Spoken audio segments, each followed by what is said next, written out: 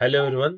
विनर्ससाठी YouTube चॅनलमध्ये आपल्या सर्वांचं पुन्हा स्वागत आहे. तर आजचा आपला टॉपिक आहे पॉझिटिव्ह पेरेंटिंग डेव्हलपमेंट. तर पॉझिटिव्ह पेरेंटिंग डेव्हलपमेंट म्हणजे काय आहे? तर पॉझिटिव्ह पेरेंटिंग डेव्हलपमेंट म्हणजे त्याला मराठीमध्ये म्हणतो सकारात्मक पालकत्व.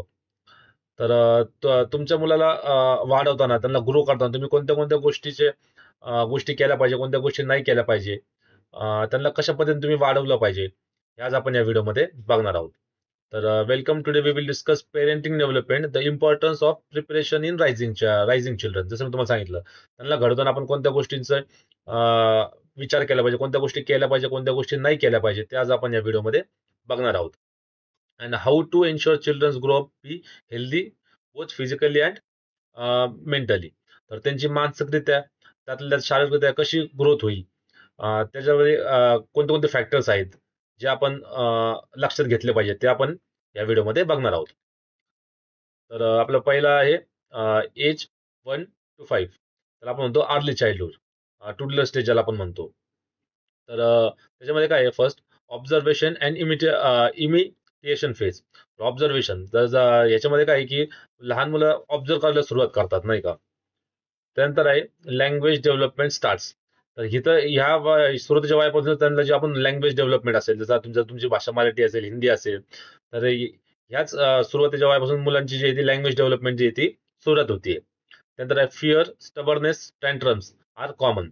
तर जसं फिअर म्हणजे आपण म्हणतो भीती वाटणे, स्टबर्नेस म्हणजे हट्टीपणा ज्याला आपण मराठीमध्ये म्हणतो, टँट्रम्स राग, थोडासा राग लवकर येणे. तर ह्याच्यामध्ये ह्या गोष्टी ज्या आहेत ते कॉमन आहेत. तर त्याच्यामध्ये तुम्ही काय केलं पाहिजे, तर love and touch, hug, cuddles, show affection, helps them feel secure.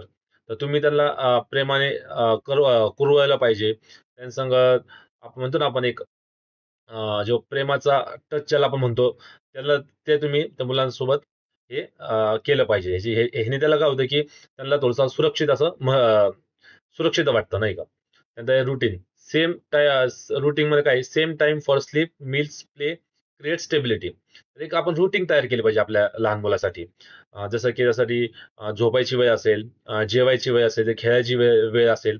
तर ही आपण ह्याच सुरुवातीच्या स्टेजमध्ये जे आहे ते आपण त्याला ती सवय लावली पाहिजे. याने काय होतं की ते स्टेबिलिटी त्याच्यामध्ये बिल्ड होण्यास मदत होते आपली. त्यानंतर आहे सिम्पल एक्सप्लेनेशन्स.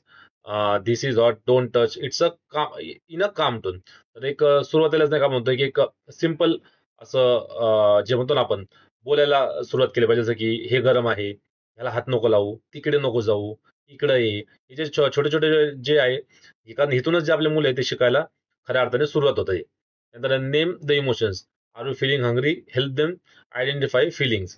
तर त्यांचा इमोशन्स जसं आपण त्याला म्हणतो की तुला भूक लागली आहे का, तर तुला जेवायचं आहे का, त्यानंतर तुला खेळायचंय का, अशा गोष्टी ज्या आपण म्हणतो, आपण शक्यतो खेळायची जर कोणाला हे पण नका, लहान मुलं शक्यतो खेळतातच.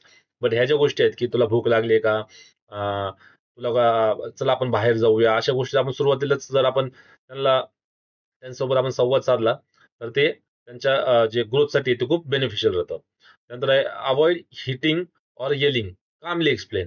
त्यांना मारणं असेल, त्यांना रागवून बोलणं असेल, ते शक्यतो ह्या सुरुवातीच्या स्टेजमध्ये आपण शक्यतो नाही केलं पाहिजे. त्यानंतर आहे गिव्हिंग मोबाईल फोन्स कॉन्स्टंटली. तर हा खूप मोठा सध्याचा आपण म्हणतो की इशू म्हणा, इशू असेल किंवा जे ते आता चालत आलेलेच आहे की बाबा मुलगा रडायला लागला, मुलगा काही हट्ट करायला लागला की आपले पेरेंट्स जे आहेत ते त्याच्या हातामध्ये मोबाईल ठेवून देतात की बघ बाबा. नंतर मुलगा काय होतो, त्याच्यामध्ये शांत होतो. तर हे आपण नाही केलं पाहिजे. मोबाईल शक्यतो लहान मुलांना दिलेच नाही पाहिजे. त्यानंतर आहे सायलेन्सिंग देम विथ अँगर. आपण म्हणतो ना की त्यांना आपण आपला राग दाखवून त्याला शांत करतो. तर ह्याने मुलं जे आहे ते चिडचिड्या होतात, जर त्यांना राग लवकर येतो. तर ह्या गोष्टी आपण ह्या टाळल्या पाहिजे. त्यानंतर आहे दुसरा एज ग्रुप आहे आपला, age 6 to 10, primary school stage. त्याच्यामध्ये काय स्कूल बिगिन्स फ्रेंडशिप फॉर्म. तर शाळा सुरुवात होती आपली ह्या वयामध्ये, आणि त्याची जो ती मैत्री असेल ती सुरुवात होण्यामध्ये सुरुवात ह्या वयामध्ये सुरू होते. त्यानंतर आहे children start making mistakes, it's part of learning. तर ह्या वयामध्ये शक्यतो मुलं चुका करतात. ऍक्च्युअली तसं बघायला गेलं तर सगळ्याच ह्याच्यामध्ये चुका मुलांच्या होत असतात. तर हे एक आपली जी म्हणतो ना आपण, एक it's a part of learning, नाही का. तर ही शिकण्याची एक म्हणजे शिकण्याचा एक भाग आहे हा, ज्यामध्ये मुलं चुका करतात. त्यानंतर डिसिप्लिन बिकम्स इम्पॉर्टंट. तर ह्या वयामध्ये जे आहे ते आपण आपल्या मुलांना डिसिप्लिन लावणं खूप महत्वाचं आहे. त्यानंतर आपण काय केलं पाहिजे, तर give time 15 to 20 minutes of undistracted conversation daily. तर कमीत कमी 15 ते 20 मिनिटं तुम्ही तुमच्या मुलासोबत तुमच्या पाल्यांसोबत जे आहे तुम्ही तुम्ही अनडिस्ट्रक्टेड म्हणजे काही व्यक्त लाईक तुमचं जसं की सामान सगळे काम बाजूला ठेवा, पण तुम्ही तुमच्या मुलांसोबत 15 ते 20 मिनिटं कन्व्हर्सेशन करा की बाबा तू काय केलं आज, शाळेत गेलता का, दिवसभर मग तू काय केलं, खेळायला गेलता का, तर म्हणजे हे केलं जे आपण डेली कन्व्हर्सेशन हे ते तुम्ही नक्कीच हे 15 to 20 मिनिट्स इव्हन मी तर अर्धा तास असेल तुम्ही तुमच्या मुलासोबत हे वेळ घालवलंच पाहिजे. नंतर टीच व्हॅल्यूज हॉनेस्टली हेल्पिंग अदर्स. तर त्यांना म्हणतो ना की व्हॅल्यूज किंमत म्हणतो ना आपण की त्यांना तुम्ही शिकवा. काय शिकवा, तर होनेस्टी असेल, हेल्पिंग अदर्स, खरं बोलायला शिका, त्यानंतर दुसऱ्यांची मदत करायला शिका. तर तुम्ही ह्याच वयापासून त्यांना ते शिकवण्यास तुम्ही सुरुवात केली पाहिजे. त्यानंतर आहे build confidence, you did a great job. तर त्यांचा आत्मविश्वास तुम्ही वाढवला. तुम्ही त्यांचा आत्मविश्वास जो वाढवला पाहिजे. जसं की तू हे चांगलं काम केलं. ह्याने काय होतं की त्यांचा जो कॉन्फिडन्स आहे, त्यांचा जो आत्मविश्वास आहे तो अ, वाढण्यास त्यांची मदत होते. नंतर आहे create study routine without force. तर त्यांचं जे आपण म्हणतो ना अभ्यासाचा जो वेळ आहे ती तुम्ही ना फिक्स केली पाहिजे. जसं की समजा तो शाळेतून आल्यानंतर जसं ठीक आहे तो एक एक दोन तास खेळला, त्यानंतर मग तुम्ही त्याला 1 तास असेल, 2 तास असेल, जो पण असेल, जो स्कूलचा होमवर्क असेल, इव्हन तो थोडासा बाहेरचा काय समजा त्याचा अभ्यास असेल, सेल्फ स्टडी जे आपण त्याला म्हणतो, ते तुम्ही त्याचे एक रुटीन त्याची फिक्स केले पाहिजे. त्यानंतर आहे positive reinforcement, appreciate good behaviour. तर ते आपण पॉझिटिव्ह रिइन्फोर्समेंट म्हणजे काय? Appreciate good behaviour. जर त्याने चांगलं काम केलं, तुम्ही त्याला ॲप्रिशिएट करा, की "हां बाबा, म्हणजे हां, हे खूप चांगलं काम केलं तू. दुसऱ्यांची मदत केली." त्याच्यानंतर जे असेल, की घरकाम जर समजा तुमच्या मुलाने केलं असेल, तर त्याला रोज ॲप्रिशिएट करा, नाही का तुम्ही. त्यानंतर आहे ensure healthy breakfast before school. तर ही एक खूप महत्त्वाचा पॉइंट आहे. Ensure healthy breakfast before school. तर शाळेत जायच्या अगोदर तुम्ही त्याला असं म्हणतो ना न्यूट्रिशियस असेल, त्याला न्यूट्रिशियस ब्रेकफास्ट जो आहे आपण त्याला म्हणतो, ते तुम्ही तुमच्या मुलाला दिला पाहिजे. हिने काय होतं, nutritious food helps focused and energy. तर हे तुम्ही जर त्याला न्यूट्रिशियस ब्रेकफास्ट दिला असेल, न्यूट्रिशियस फूड जर तुम्ही त्याला दिला असेल, तर ह्याने काय होतं की त्याचा फोकस अँड एनर्जी जो तो काम करेल, जसं की अभ्यास करेल शाळेत गेल्यानंतर, ह्याच्यामध्ये त्याचा फोकस जो आहे तो चांगला तिथं राहील आणि तो आता मुलगा असा एनर्जेटिक राहील. म्हणजे आपण आळस वगैरे त्या मुलाला शक्यतो जर तुम्ही चांगला ब्रेकफास्ट दिला तर त्या मुलाला येणार नाही. त्यानंतर अवॉइड जंक फूड और skipping meals, it can harm their health. तर जंक फूड शक्यतो म्हणजे मी तर म्हणतो पूर्णपणे तुम्ही हे टाळलंच पाहिजे लहान मुलांना. जसं की त्याच्यामध्ये असं पिझ्झा असेल, पावभाजी असेल, बर्गर असेल, त्यानंतर फ्राईड फूड आपण ज्याला म्हणतो, फ्रेंच फ्राईज आहेत आजकाल. तर ह्या गोष्टी तुम्ही शक्यतो म्हणजे नाहीच दिल्या पाहिजे मुलाला. त्यानंतर आहे स्किपिंग मिल्स. स्किपिंग मिल्स म्हणजे काय झालं, की मुलाला समजा असं म्हणतो, की सकाळी नाश्ता दिला, त्यानंतर दुपारी आपण कामामध्ये व्यस्त असतो, आपल्या मुलाला जेवण देणं होत नाही. आणि आपण एक संध्याकाळी जेवण देतो. म्हणजे आपण म्हटलं, की एखादं जर जेवणाची जी वेळ आहे ती स्किप झाली, त्याला किंवा जेवण भेटलं नाही. तर हे त्यांच्या जे आपण म्हणतो आरोग्यासाठी खूप धोकादायक आहे. तर तुम्ही नक्की म्हणजे वेळात वेळ काढून तुम्ही तुमच्या मुलाच्या खाण्यापिण्यावरती लक्ष हे दिलंच पाहिजे. त्यानंतर आहे अव्हॉइड काय गोष्टी तुम्ही नाही केल्या पाहिजे. कंपेअरिंग देम विथ अदर्स. तर हे म्हणजे आता सोसायटीमध्ये खूपच चालत आलेलं आहे, की तो बघ त्याच्या मुलाने किती चांगला अभ्यास केला, किती चांगलं त्यांनी मार्क मिळवले, किती चांगलं त्यांनी स्पोर्ट्समध्ये त्यांनी त्याचं नाव घेतलं. दुसऱ्यांसोबत आपण आपल्या मुलाची तुलना करायची नाही. हे लक्षात घ्या, प्रत्येक मुलाची मेंटल हेल्थ आणि फिजिकल हेल्थ ही डिफरंट असते. त्याच्यामुळे दुसऱ्या मुलांसोबत आपल्या मुलाची ही तुलना तुम्ही करायची नाहीये. त्यानंतर आहे controlling through fear and punishment. त्यानंतर आहे तुम्ही तुमच्या मुलाला म्हणतो ना आपण, की पनिशमेंट म्हणतो आपण, मारणं असेल, ह्याच्यावरती ह्या पद्धतीने तुम्ही कंट्रोल नाही केलं पाहिजे. ह्याने काय होतं, की मुलं जे रागीट होतात आणि त्यांच्या मनामध्ये त्यांच्या आई-वडिलांबाबतीत आई-वडिलांच्या म्हणतो ना आपण, की त्या आई-वडिलां म्हणजे ह्याच्याबद्दल त्यांना राग निर्माण होतो, भीती वाटते एकंदरीत. ते पण एक फॅक्टर आहे, की तुम्ही तुमच्या मुलाला जे आहे ते मारलं नाही पाहिजे. Dismissing their opinions. हां, त्यांचं जर काही ओपिनियन असतील, की "बाबा मला हे बोलायचंय, पप्पा मला हे बोलायचंय, आपण असं करायचं का?" त्यांनी काय जो त्यांचे ओपिनियन मांडले, तर तुम्ही त्याचं व्यवस्थित ऐकून ते म्हणजे शक्यतो अंमलात आणण्याचा प्रयत्न केला पाहिजे. म्हणजे त्यांचे जे ओपिनियन ते तुम्ही आपण म्हणतो ना, की डिसमिस नाही केलं पाहिजे किंवा त्यांचं तुम्ही नाकारले नाही पाहिजे एकंदरीत. जर त्यांचे पॉझिटिव्ह असतील, शक्यतो ह्या मुलामध्ये त्यांचे पॉझिटिव्ह हे असतील, ओपिनियन्स असतील, ते तुम्ही नक्कीच त्यांचे अंमलात आणले पाहिजे. त्यानंतर आपला पुढचा एज आहे age 11 to 13, pre teen years. त्याच्यात काय फिजिकल चेंजेस. तर एज 11 ते 13 ह्याच्यामध्ये जे फिजिकल चेंजेस आपले म्हणतो ना, शारीरिक बदल, हे बदल होण्यास सुरुवात होते. त्यानंतर इमोशनल अप्स अँड डाऊन्स, आपण म्हणतो इमोशन्स जे आहेत त्यांचे, भावना जे आहेत त्याच्यामध्ये अप्स अँड डाऊन्स म्हणजे उतार चढाव हे ह्या वयामध्ये शक्यतो होत असतात.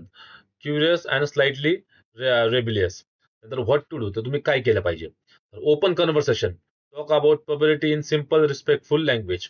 तर ओपन कन्व्हर्सेशन आता ह्या वयामध्ये आपण आपल्या पाल्यांसोबत हे सुरू केलं पाहिजे, की आपण डायरेक्टली बोललं पाहिजे गोष्टीमध्ये, की तुला काय झालं, काय तू आमच्यासोबत शेअर करू शकतो या गोष्टी. जसं की थोडंसं आपण त्याला जे ओपन कन्व्हर्सेशन ज्याला आपण म्हणतो. त्यानंतर let them make choices, clothing, small purchase. त्यांना तुमच्या मुलाला तर त्यांचे निर्णय ह्या वयामध्ये तुम्ही घेऊन दिले पाहिजे. जसं की छोटे छोटे निर्णय, की ठीक आहे तुला कपडे, आता समजा तुम्ही शॉपिंग करायला गेले, जर तुमच्या मुलाला काय आणायला गेले, त्याची चॉईस बघू द्या. त्याला कोणतं आवडतं ते घेऊन. समजा तुम्ही कपडे घ्यायला गेले, तर त्याला समजा आवडलं की नाही, मला हे शर्ट आवडलं, नाही मला ही पॅन्ट आवडली, तर तुम्ही त्याच्या आवडीने घ्या. रेदर दॅन तुम्ही स्वतःच घेण्यापेक्षा त्याला त्याच्या आवडीने घेऊ द्या. त्यानंतर स्मॉल परचेसेस, की छोट्या मोठ्या गोष्टीची खरेदी असेल, जसं की आता स्कूलच्या बुक्स असतील, पेन असतील, पॅड असतील किंवा स्पोर्ट्सच्या काही असेल, त्याला थोडंसं तुम्ही खरेदी स्वतःहून त्याला ती तुम्ही तुम्ही करून दिली पाहिजे. त्यानंतर टीच बॅलन्स, फ्रीडम विथ रिस्पॉन्सिबिलिटी. तर याच्यामध्ये तुम्ही त्याला व्यवस्थित हे घडवलं पाहिजे. जसं की फ्रीडम असेल, त्याला थोडंसं रिस्पॉन्सिबिलिटी म्हणजे काय, की आपण त्याला म्हणतो रिस्पॉन्सिबिलिटी, त्याला थोडंसं तुम्ही दिल्या पाहिजे, की बाबा जा भाऊ तू हे काम कर, मी तू हे कर, आम्ही तुझी म्हणजे आउटपुटची वाट बघतो, म्हणजे एकंदरीत नाही का, की तू आज आज जसं म्हणतो आपण, की तू आज आज आज आज आम्ही घरी नाही, तू तुझ्या लहान भावाला असेल, तुझी लहानी बहीण असेल, तिला तू सांभाळ. मम्मीचं काम उस्तर असेल, माझं काम उस्तर असेल, त्याला थोडंसं रिस्पॉन्सिबिलिटी तुम्ही तुमच्या मुलाला ह्या दिल्या पाहिजे. त्यानंतर आहे listen to their thoughts, let them speak without interruption. त्यांचे काय विचार ते तुम्ही ऐकून घेतले पाहिजे. त्यांना बोलू द्या, नेमकं त्यांच्या मनात काय चाललंय ते जर तुम्हाला सांगत असेल तर खूप चांगली गोष्ट आहे. त्यांचं तुम्ही म्हणणं आहे ते नक्कीच ऐकून घेतलं पाहिजे. त्यानंतर encourage activity, sports, arts and outings. तर जे फिजिकल ऍक्टिव्हिटी आहेत त्यांना तुम्ही वाव दिला पाहिजे. त्यांना तुम्ही म्हणतो ना आपण बढावा दिला पाहिजे. आपण हिंदी म्हणतो बढावा शब्दाबद्दल बोलतो, की तुम्ही त्यांना वाव दिला पाहिजे. जसं की त्याला जर स्पोर्ट्समध्ये जर इंटरेस्ट असेल, तर तुम्ही त्याला एखादी क्रिकेट अकॅडमी असेल, तर क्रिकेटचा इंटरेस्ट असेल तर फुटबॉल अकॅडमी आहेत. जर त्याला बाकीच्या गोष्टी आर्ट्समध्ये इंटरेस्ट असेल, जसं की त्याला सिंगिंगचा इंटरेस्ट आहे किंवा त्याला कलर आपण म्हणतो ना पेंटिंगचा इंटरेस्ट असेल, तर तुम्ही किंवा डान्स क्लास आहे आजकाल, तर त्याला इंटरेस्ट असेल तर ते तुम्ही नक्कीच जॉईन केले पाहिजे. त्यानंतर काही गोष्टी तुम्ही नाही केल्या पाहिजे. Saying you don't understand anything. तर जसं की तुला काही कळतच नाही, तू बावळट आहे, तू मूर्ख आहे, ह्या गोष्टी तुम्ही तुमच्या मुलाला नाही बोलल्या पाहिजे. त्यानंतर reacting the mood swings with more अँगर. Reacting to mood swings with more अँगर. आता ह्या ह्याच्यामध्ये कसं असतं, की तुम्ही तुमच्या मुलावरती असं शक्यतो सगळे पेरेंट असं काही करत नाही, पण काही पेरेंट्स काय करतात, की त्यांचा जो राग आहे ना ते त्या मुलांवरती काढतात. तर ह्या गोष्टी तुम्ही नाही केल्या पाहिजे. आता जर तुम्हाला काही राग आला असेल तर तुमच्या मुलाची काही चूक नाहीये, तर तुम्ही ते जो तुमचा राग आहे तो तुमच्या मुलावरती नाही काढला पाहिजे. त्यानंतर avoiding tough conversation out of embarrassment. तर टफ कन्व्हर्सेशन ज्याला म्हणतो आपण, जसं की आपण म्हणतो की हार्ड म्हणजे नाही का, त्यांचं रागाने बोलणं, तुला काही येत नाही, जा तू काही कामाचं नाही, ह्या गोष्टी अशा ज्या असतील, तुम्ही या मुलासोबत हे नाही केलं पाहिजे. यांनी जे आहे ते त्यांच्या मानसिक, त्यातल्या जो फिजिकल हेल्थ आहे, शारीरिक ह्याच्यावरती पण परिणाम पडतो. त्यानंतर आपलं आहे पुढची आपलं स्टेज आहे एज 14 to 18, टीनेज इयर्स. तर हे आपलं टीनेज इयर्स आहे. ह्याच्यामध्ये काय आहे, सर्चिंग फॉर आयडेंटिटी. तर ते स्वतःचं म्हणतो ना अस्तित्व शोधण्यास हे जे आहे ह्या वयामध्ये मुलं सुरुवात करतात. फोन्स, फ्रेंड्स, रिलेशनशिप्स आणि कंपॅरिझन. तर ह्या वयामध्ये शक्यतो फोन असतील, त्याचे फ्रेंड्स असतील, रिलेशनशिप्स म्हणजे जसं की मित्र-मैत्रीण असतील त्यांचे, तर ह्या वयामध्ये ते कॉमन आहेत. Academic pressure and career confusion. तर ह्या वयामध्ये अकॅडमिक प्रेशर म्हणजे त्यांचं शाळेचा जो प्रेशर असेल, जसं की असं त्या त्या वयामध्ये तुमचा मुलगा 8वीला असेल, 10वीला असेल, त्याच्यामध्ये शाळेचा जो अभ्यासक्रमाचा प्रेशर असेल, ॲज वेल एज त्यांचं करिअर कन्फ्युजन, की बाबा आता 10वी झाल्यानंतर मग काय करायचं, 11वी 12वी झाल्यानंतर आपण काय केलं पाहिजे. त्याच्यामध्ये मुलं जे आहेत ते कन्फ्यूज होतात ते. तर त्यात तुम्ही काय केलं पाहिजे? तर फर्स्ट त्यामध्ये friendly conversation. If you tell me I can help. तर आता ह्या वयामध्ये तुम्ही तुमच्या मुलांसोबत एकदम फ्रेंडली म्हणजे आपण म्हणतो ना, मैत्रीपूर्ण व्यवहार ज्याला आपण म्हणतो. फ्रेंडली कन्व्हर्सेशन केलं पाहिजे. जर तू मला सांगितलं, तर मी तुझी मदत करू शकतो. जर तुम्हाला विचार म्हणजे लाइक ह्या गोष्टी जर तुम्ही तुमच्या मुलासोबत केल्या, जे फ्रेंडली कन्व्हर्सेशन, मैत्रीपूर्ण व्यवहार जर केला, तर त्याच्यामध्ये तुमच्या मुलांना जे आहे ते सिक्युअर वाटेल. त्यांना म्हणजे आपण म्हणतो ना, की कॉन्फिडन्स वाटेल, की बाबा आपले आई-वडील जे आहेत ते आपल्या सोबत आहेत. त्यानंतर एक career guidance, understand their interest. तर ह्या वयामध्येच करियर गाईडन्स जे आहे ते खूप महत्त्वाचं आहे. त्यांचं इंटरेस्ट काय आहे त्याच्यावरती तुम्ही फोकस केलं पाहिजे.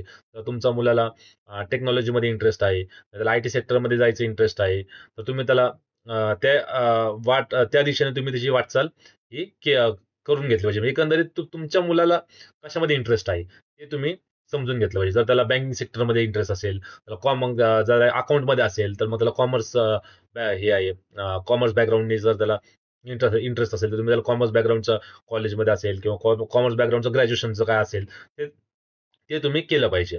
नंतर आहे take openly about relationships. No sincerity or shame. तर हे एक थोडंसं जे आपण त्याला म्हणतो, की एक म्हणजे पर्सनल गोष्ट आहे ही. Talk about openly about your relationships.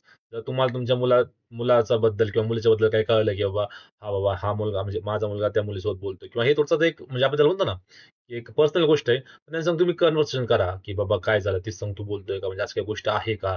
तर हे म्हणजे थोडंसं आपण म्हणतो ना, की पर्सनल गोष्ट आहे पण ह्या गोष्टी जर तुम्ही त्यांच्यासोबत बोलला, तर त्यांचं मनोबल आहे ते ज्या काही गोष्टी आहेत ते तुमच्यासोबत नक्कीच शेअर करतील. त्यानंतर आहे discuss peer pressure. Everyone's doing it doesn't mean it's right. त्याच्यामध्ये काय होतं, की ह्या वयामध्ये मुलं म्हणतात, की त्यांनी केलं म्हणून मी करतो. हे म्हणजे खूप कॉमन गोष्ट आहे. जसं की त्याने सायन्स बॅकग्राऊंड घेतलं, तर मी पण घेणार. तो त्या गोष्टीमध्ये चांगला आहे, तर मी पण करणार. तर ह्याचा अर्थ असा नाही, की मी जसं तुम्हाला पहिले पण सांगितलं, प्रत्येक मुलाची जी आहे ती मेंटली आणि मेंटली प्लस फिजिकल हेल्थ जी आहे ती डिफरंट असते. त्यानंतर एक कंट्रोल स्क्रीन टाइम.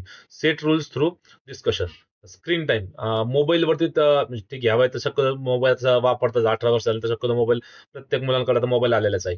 पण तुम्ही त्यांना चांगलं व्यवस्थित द्या. त्याला समजून सांगितलं पाहिजे, की बाबा कोणत्या वेळेत कोणता जर गोष्टी केल्या पाहिजे. जर मोबाईलचा असेल, तर ठीक आहे, तू अभ्यासच्या वेळेस अभ्यास कर, पण मोबाईलच्या वेळेस ठीक आहे, तू बघितला थोडं 15-20 मिनिटं, अर्धा तास ठीक आहे. तुला जर YouTubeमध्ये इंटरेस्ट आहे, जर तुला टेक्नॉलॉजी व्हिडिओमध्ये इंटरेस्ट आहे, तर तू ते बघितले न्यूज त्याला तुम्ही सांगा, की न्यूज बघ. सध्याला इंग्लिश पॉडकास्ट असेल ते बघ. त्याने काय होईल, की त्यांची इंग्लिश इम्प्रूव्ह होईल आणि त्यामध्ये त्याचा इंटरेस्ट पण आहे, प्लस त्याची इंग्लिश पण इम्प्रूव्ह त्याची होईल. थोडंसं जे म्हणून मोबाईलच्या ह्याच्यावरती तुम्ही लिमिटेशन सुद्धा आणले पाहिजे. नंतर give responsibilities, involve them in small home decision. तर त्यांच्यावरती पण तुम्ही रिस्पॉन्सिबिलिटी जे आहे ते सोपल्या पाहिजे. जसं की involve them in small home decision. तर घरचे काही छोटे छोटे निर्णय असेल, तुम्ही त्याच्यामध्ये तुमच्या मुलांना समाविष्ट करून घेतला पाहिजे. त्यानंतर आहे आवड. काय गोष्टी तुम्ही नाही केल्या पाहिजे. तर हायडिंग देअर फोन. तर त्यांचा फोन लपून ठेवणं. ह्या गोष्टी म्हणजे शक्यतो पेरेंट्स करतात नाही का. मुलगा हे करत असलं की म्हणजे लपून मोबाईल बघणं त्यातल्या त्यात की काय करतोय अशा गोष्टी जसं नाही का. त्याच्यामुळे मी तुम्हाला सुरुवातीला सांगितलं त्यांचं तुम्ही ओपन कन्व्हर्सेशन ठेवा की काय चाललंय, काय म्हणजे कॉलेजमध्ये काय चालू आहे, बाकीच्या क्लासमध्ये काय चालू आहे, तुझी पर्सनल लाईफमध्ये काय चालू आहे, हे तुम्ही तुमच्या मुलांसोबत डिस्कस केलं पाहिजे. त्यानंतर आहे येलिंग अबाउट रिलेशनशिप्स. तर जसं मी म्हणाले थोडंसं पर्सनल गोष्ट रिलेशनशिप्समध्ये तुम्ही त्यांना मुलं आजकालचे पेरेंट्स ओरडतात. त्याच्यामुळे असं लाईक मुलं थोडीशी टोकाची भूमिका पण घ्यायचे चान्सेस याच्यामध्ये जास्त असतात. नंतर आहे saying just do it. Offer guidance not commands. त्यांना तुम्ही प्रोत्साहित केलं पाहिजे. त्यांना तुम्ही कॉन्फिडन्स दिला पाहिजे. तू हे करू शकतो. जसं की त्याला मी सांगलं जसं मी त्याला की त्याला आय-टी सेक्टरमध्ये जायचं आहे, त्याला आय-टीमध्ये इंटरेस्ट आहे. तर तुम्ही त्याला एन्करेज केलं पाहिजे. की तू नक्कीच करू शकतो, तू हे करू शकतो. आपण त्या दिशेने नक्कीच वाटचाल करूया आपण, नाही का? या गोष्टी तुम्ही तुमच्या मुलासोबत जे आहे ते अ, गोष्टी केल्या पाहिजे. नंतर आपलं age 18 plus college and young adulthood. तर आता आपण म्हणतो की 18 प्लस झाले तुमचा बघा, तर त्याच्यामध्ये काय गोष्टी आपण तुम्ही फॉलो केल्या पाहिजे. तर नीड फॉर इंडिपेंडन्स. तर ह्याच्यामध्ये तर तुमच्या मुलाला आपण म्हणतो ना, इंडिपेंडन्स जसं की एकटं राहणं किंवा स्वातंत्र्य. इंडिपेंडन्स आपण स्वातंत्र्य म्हणतो. स्वातंत्र्याची तुमच्या मुलाची तुमच्या मुलाची ह्या वयामध्ये तुम्ही दिलं पाहिजे. नंतर career decisions, relationships and anxiety. तर करिअर डिसिजन त्याला त्या त्या वयामध्ये घेण्या जसं म्हणतो की घेण्याच्या वयात तो आलेला आहे एकंदरीत, त्याला आपण म्हणतो की तो त्याचे निर्णय एकंदरीत स्वतः घेऊ शकतो. त्यानंतर आहे सर्चिंग फॉर सेल्फ आयडेंटिटी. तर स्वतःला शोधण्यामध्ये तो 18 प्लस जे मुलं 18 वर्षाच्या पुढे ते स्वतःला शोधण्यामध्येच हे असतात. तर काय केलं पाहिजे? तर give trust and space. Try to see things from their view. तर तुम्ही तुमच्या मुलावरती विश्वास ठेवला पाहिजे आणि त्याला एक स्पेस म्हणजे आपण त्याला थोडीशी आपण म्हणतो ना की एक जागा दिली पाहिजे. Try to see things from their view. त्यांच्या दृष्टिकोनाने आपण तो जी गोष्ट करतोय ती बघायचा प्रयत्न केला पाहिजे. त्याला आता त्याचे निर्णय तुम्ही घेऊन दिले पाहिजे. त्यानंतर आहे टॉक अबाउट करिअर्स ओपनली. तर त्याच्यामुळे तुम्ही तुमच्या जसं मी तुम्हाला की करिअरचा जो त्याचा काय प्लॅन असेल तर तुम्ही त्यासोबत जे आहे ते ओपनली डिस्कस करू शकता या वयामध्ये. त्यानंतर आहे ask question instead of giving orders. What do you think? तर त्यांना ask questions instead of giving orders. तर त्यांना तुम्ही लाईक प्रश्न विचारा. म्हणजे जसं ऑर्डर नका देऊ. त्यांना सांग तुम्ही असं ओपन कन्व्हर्सेशन ठेवा की तुला काय वाटतं? ठीक आहे, तुला आयटी सेक्टरमध्ये तू कॉन्फिडन्स आहे का? तू करशील का? ठीक आहे, तुला बँकिंग मध्ये जायचंय, तुला आहे का इंटरेस्ट फायनान्समध्ये, तुला अकाउंटमध्ये इंटरेस्ट आहे का, तुला हे करायचंय का? तर अशा छोट्या मोठ्या गोष्टी आपण आपल्या पाल्यांसोबत या कन्व्हर्सेशन केल्याच पाहिजे. त्यानंतर आहे सपोर्ट इव्हन ड्युरिंग फेल्युअर्स. तर ह्या वयामध्ये जे आहे ते मुलं जे आहेत ते चुका करण्याचे चान्सेस जे आहेत ते मोठ्या प्रमाणामध्ये असतात. तर त्याच्यामध्ये तर तुम्ही त्याच्याकडून जर काही चूक झाली असेल तर तुम्ही त्या गोष्टीत त्याला सपोर्ट केला पाहिजे. चल ठीक आहे, ह्यावेळेस तर तुझी चूक झाली, तू पुढच्या ही चूक करू नको. तर ह्या एक्झाम तू फेल झालाय, डोंट वरी, काय अडचण नाही. आपण नेक्स्ट टर्म थोडं जास्त अभ्यास कर, तू नक्कीच पास होशील. ह्या गोष्टी ज्या आहेत ते तुम्ही तुमच्या मुलांसोबत जे आहे त्यांना तुम्ही सपोर्ट केला पाहिजे. त्यानंतर आहे boost moral, I believe in you. त्यांचा जो मोरल आहे तो तुम्ही बूस्ट करा. त्यांचा विश्वास आहे, आत्मविश्वास जे आहे ते तुम्ही बूस्ट करा की म्हणजे मला तुझ्यावर विश्वास आहे, तू हे करू शकतो, तू हे नक्कीच करशील.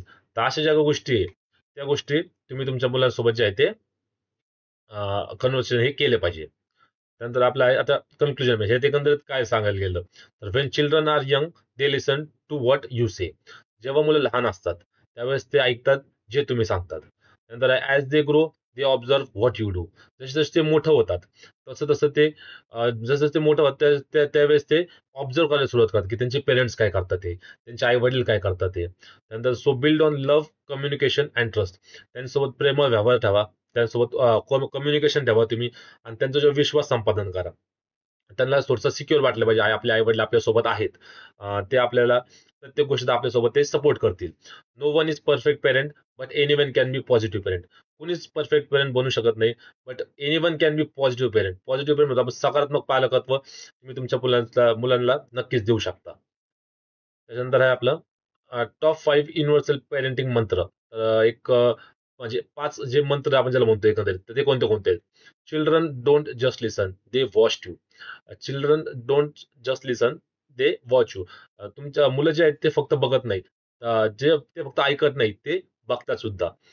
जसं की समजा तुमच्या मुलाला तुम्ही सांगितलं की जास्त फोन नको यूज करत जाऊ, आणि तेच जर तुम्ही जास्त तुम्ही स्वतः वैयक्तिक फोन यूज करत असाल तर ठीक आहे. तर मग ते मुलं काय करतात की म्हणजे तुम्ही त्याला सांगताय, बट तुम्हीच ती जर गोष्ट फॉलो करत असेल, फॉलो करत नसाल, तर त्या गोष्टीला उपयोग नाहीये. त्यानंतर तुम्ही सांगता तुमच्या मुलाला की भांडणं नको करू, राग राग नको करू, आणि ते जर तुमचं घर जर कंटिन्यू म्हणजे तुम्ही जर तुमच्या मुलांसोबत जर तुमचं भांडणं जसं म्हणतो की तुमच्या म्हणजे पेरेंट्स जर वडिलांचं जर भांडणं झालं असेल, तर हे काय करतात मुलं बघतात नाही का, त्यांच्यावरती फिजिकली मेंटली जो आहे तो परिणाम होतो. त्याच्यामुळे मुलांसोबत आपण चांगला व्यवहारच ठेवला पाहिजे. त्यानंतर allow mistakes, let them learn. चुका झाल्या होऊ द्या, त्यातूनच ते शिकतील. म्हणतो ना आपण चुकातूनच माणूस घडतो, तसंच आहे. मिस्टेक झाल्या, चुका झाल्या तर होऊ द्या, त्यातूनच ते शिकणार आहेत.